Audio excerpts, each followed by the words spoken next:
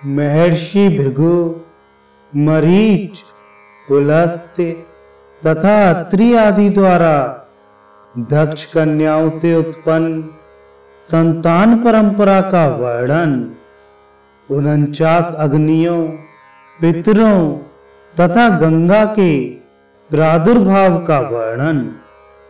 सूत जी बोले, महर्षि भृगु की ख्याति नामक पत्नी से नारायण की पत्नी लक्ष्मी उत्पन्न हुई तथा धाता एवं विधाता नामक 2 देवता भी उनसे उत्पन्न हुए, जो मेरु के जमाता हुए। महात्मा मेरु की आयति तथा नियति नाम की 2 कन्याएं थीं। वे क्रमशः धाता तथा विधाता की पत्नियां थीं। उनसे 2 पुत्र उत्पन्न हुए, प्राण और मृकंडु।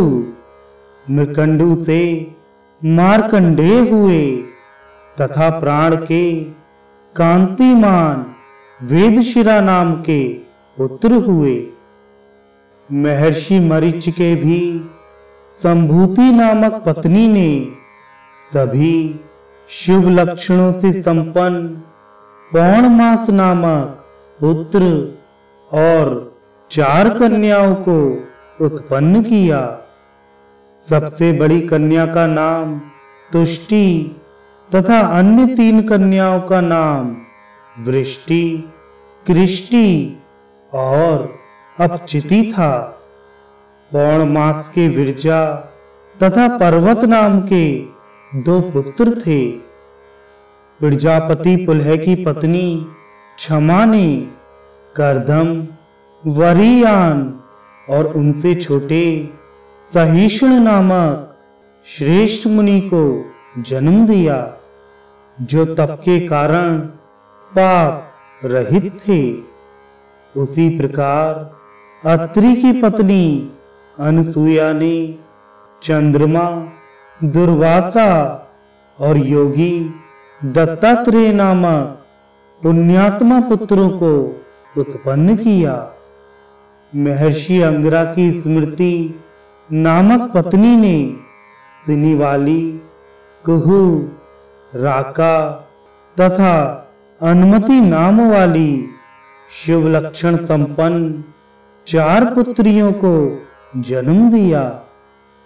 प्रभु भगवान पुलस्त ने अपनी पत्नी प्रीत से दत्तात्रेय नामक पुत्र को उत्पन्न किया।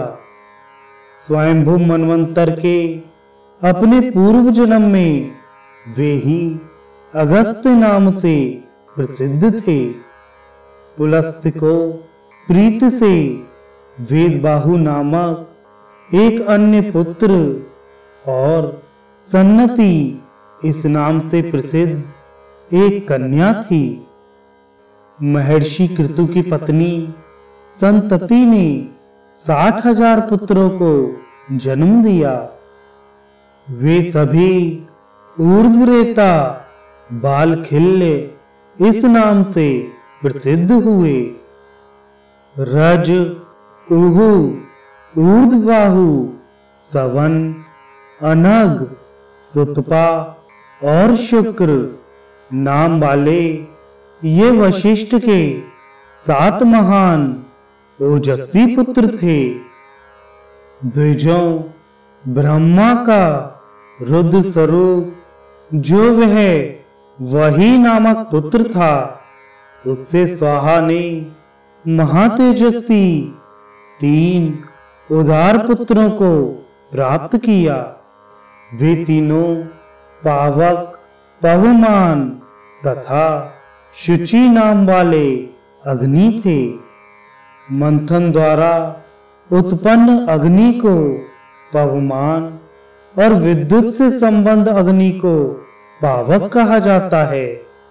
जो यह सूर्य चमकता है वही शुचि अग्नि कहलाता है। उन तीनों अग्नियों की 45 संतानें हुई। इस प्रकार पावक, पवमान तथा शुचि नामक 3 अग्नियां और इन तीनों के पिता रुद्रात्मक अग्नि एवं उन तीनों अग्नियों के 45 पुत्र, ये सभी मिलाकर 49 अग्नियां कही गई हैं। ये सभी 49 तपस्वी कहे गए हैं। सभी यज्ञ भाग के अधिकारी हैं, रुद्रात्मक कहलाते हैं और सभी मस्तक पर त्रिपुंड के चिन्ह से अंकित रहते हैं।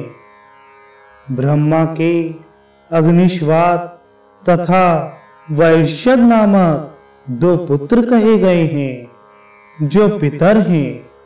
उनमें यज्ञ ना करने वाले तथा यज्ञ करने वाले के रूप में 2 प्रकार की व्यवस्था है।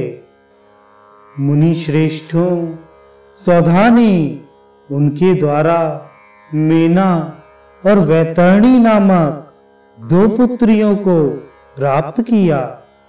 वे दोनों ही ब्रह्मवादिनी और योगिनी थीं। मेना ने मैनाक और उनके अनुज क्रौंच नामक पर्वत को जन्म दिया। हिमालय से समस्त लोकों को पवित्र करने में अद्वितीय गंगा उत्पन्न हुई। हिमालय ने अपनी योगाग्नि के बल से उन देवी महेश्वरी को पुत्री रूप में प्राप्त किया, जिन देवी के उत्तम महात्म्य को भली भांति पहले बता दिया गया है। मैंने प्रजापति दक्ष की कन्याओं की संतान परंपरा का आप लोगों से वर्णन किया। अब आप स्वयंभू मनु की सृष्टि का वर्णन सुने।